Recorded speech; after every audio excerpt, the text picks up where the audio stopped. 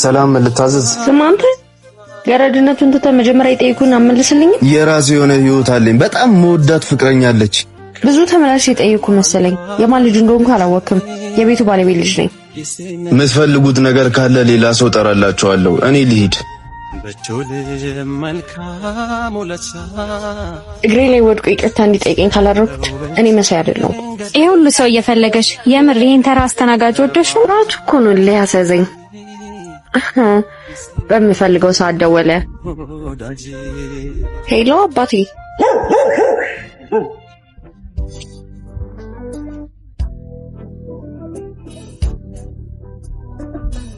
ሄሎ ይቅርታ፣ ቤታችን ከዚህ በኋላ በቂ ሰራተኛ ስላለው አንተን ተቀናሽ አድርገናል።